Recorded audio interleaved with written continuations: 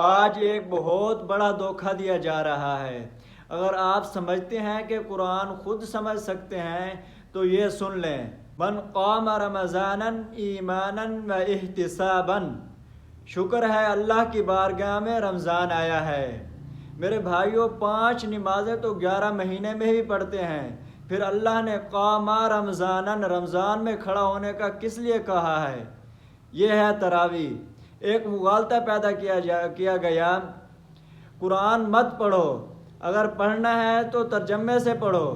ترجمے سے کہاں پڑھیں؟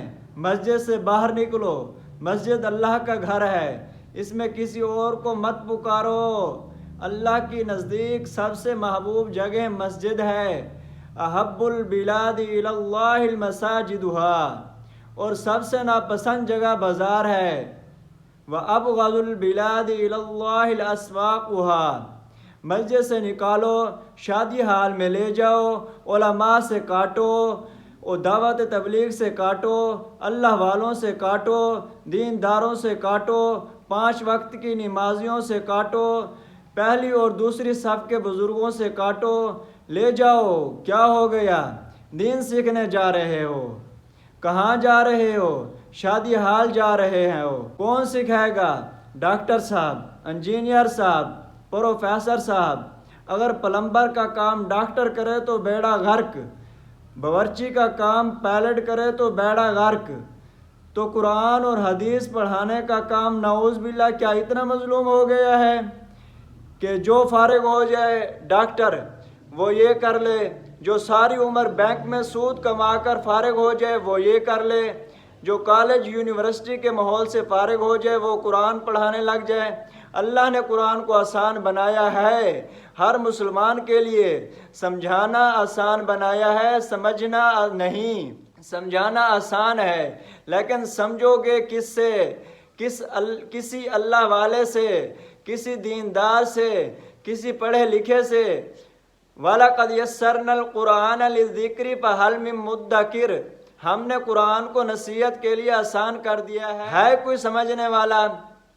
9th سائنس کا نصاب کسی نے آسان کر دیا، کہا خود پڑھ لو، کہا اس نے خود پڑھ لو، تو پھر استاد کی ضرورت کیوں؟ جس نے آسان کیا اس سے پڑھو۔ اللہ نے قرآن آسان کیا، کس نے؟ اللہ نے۔ کس کے لیے؟ مسلمانوں کے لیے۔ تو کیا سارے صحابہ جو عربی تھے، قریشی تھے، ہاشمی تھے، کیا انہوں نے خود قرآن سمجھا یا نبی پاک صلی اللہ علیہ وآلہ وسلم نے سمجھایا؟ صحابہ بھی بعض اوقات آیات کی مراد میں سوال کرتے تھے، حالانکہ وہ عربی تھے، پھر بھی ان کو سمجھ نہیں آتی تھی۔ اگر سمجھانے والا نہ سمجھائے تو صحابی رسول بھی صحیح مراد تک نہیں پہنچ سکتا۔ یعنی اگر آپ صلی اللہ علیہ وآلہ وسلم بھی ان کو آیات کی مراد نہ بتاتے تو وہ عربی ہو کر صحابی رسول ہو کر بھی آیات کی مراد تک نہیں پہنچ سکتے۔ پھر صحابہ سے تابعین، تبع تابعین، علماء، اولیاء، اتقیاء، اصفیاء، جنہوں نے علوم پڑھے ہیں، وقت کا بڑا ولی بھی ہو لیکن اگر عالم نہیں تو وہ قرآن کی تفسیر نہیں پڑھا سکتا۔ اور آج کے ماحول میں دیکھیں، آج ہمارے ماحول میں، ہمارے معاشرے میں کیا ہے؟ ایک ڈاکٹر اٹھتا ہے ہمیں وہ دین سکھا رہا ہے، ایک ٹرک ڈرائیور اٹھتا ہے ہمیں دین سکھا رہا ہے، ایک پروفیسر اٹھتا ہے وہ قرآن سکھا رہا ہے۔ میرے بھائی، اگر قرآن سیکھنا ہے تو علماء کے پاس جاؤ، مفتیوں کے پاس جاؤ۔